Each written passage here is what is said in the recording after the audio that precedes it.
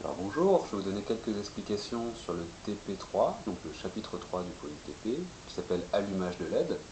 Alors le but, ça va être d'allumer les LED en mode simulation. Pour ça, il va falloir bien comprendre comment on peut communiquer avec notre microcontrôleur à l'aide de code Warrior. Donc je reviens dans mon main et je vais lui dire que le port B est une sortie.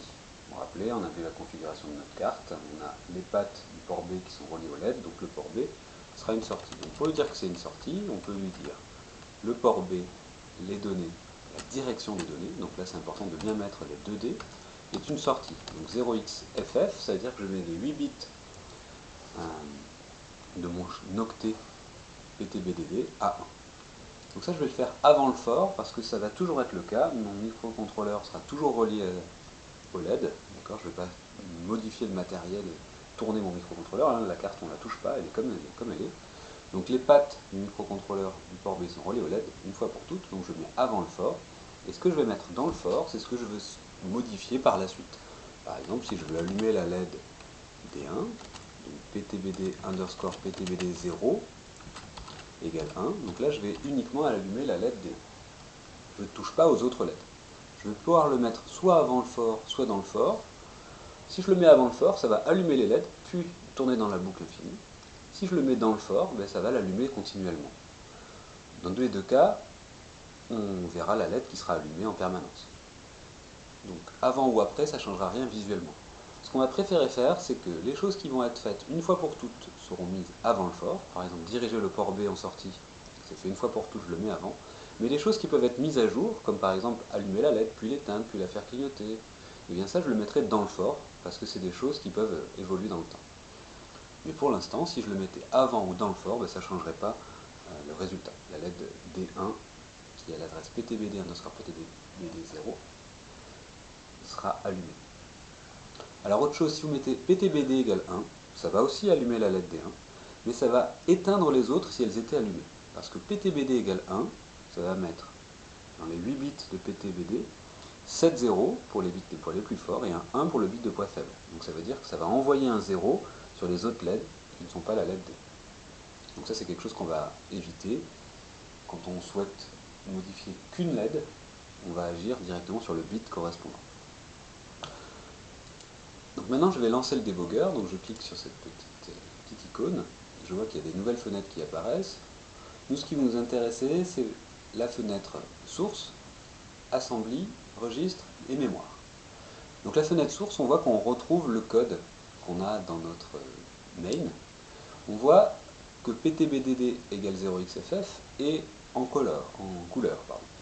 Donc ça va correspondre à E092 move 0xFF 0x03. Alors qu'est-ce que ça veut dire? Ça veut dire que cette instruction-là, en langage assembleur, ça veut dire qu'on va déplacer la valeur, donc il y a un dièse, c'est la valeur 0xFF, à l'adresse 0x03. Pour arriver à cette étape-là, on a utilisé 165 cycles CPU. Donc c'est le nombre d'instructions qui ont été nécessaires pour arriver à cette étape-là, donc d'inclure ça et de rentrer dans le main.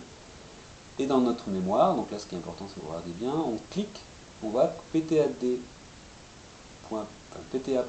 donc c'est-à-dire que la donnée du port A, c'est que des 1, sauf les deux bits de poids fort, puisqu'on a 3, donc ça fait 0, 0, 1, 1. Donc ces deux-là, on savait qu'ils étaient configurés comme ça, on ne pouvait pas les toucher. La direction du port A est par défaut à 0. Pareil pour la direction du port B. Parce qu'ici, j'ai les adresses 0, 1, 2, 3, 4, 5, 6, 7, 8, 9, A, B, C, D, E, F. Donc ça, c'est l'adresse F. En dessous, j'ai l'adresse 10. 11, 12, 13, 14, jusqu'à 1A, 1B, etc. D'accord, j'ai juste à appuyer dessus, vous voyez, PTBD, PTBDD, et j'ai le nom des registres associés. Donc pour l'instant, je vais faire un move de la valeur 0xFF à l'adresse 03. Donc je vais avancer d'un pas, ici, et vous allez bien regarder ce qui va se passer ici, à l'adresse 0, 1, 2, 3.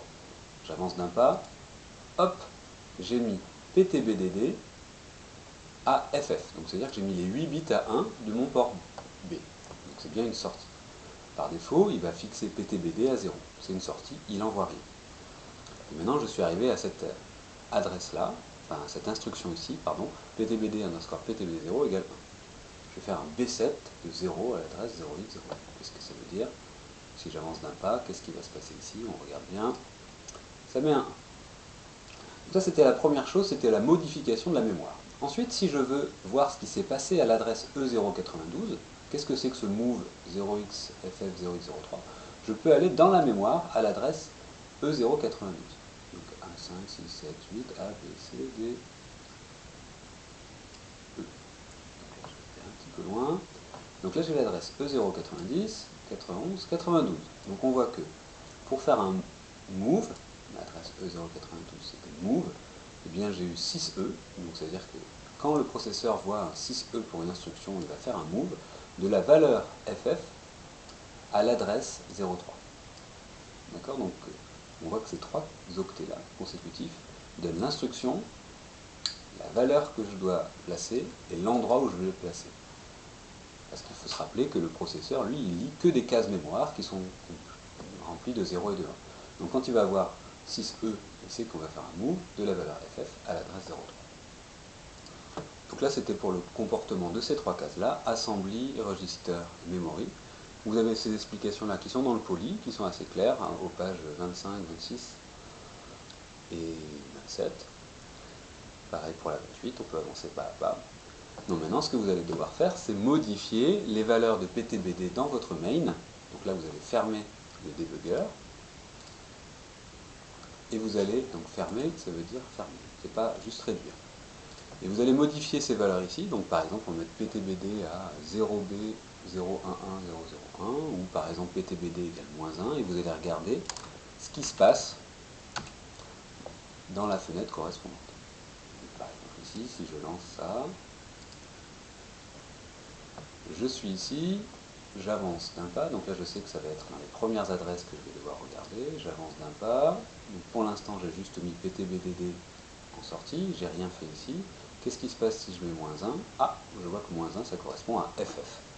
Donc -1 c'est FF parce que on est modulo 256, et -1 modulo 256 ça fait 255, et 255 c'est bien 781, pardon. Voilà, donc là maintenant vous pouvez faire la suite de ce TP tranquillement. Normalement il n'y a pas de problème. Bon courage.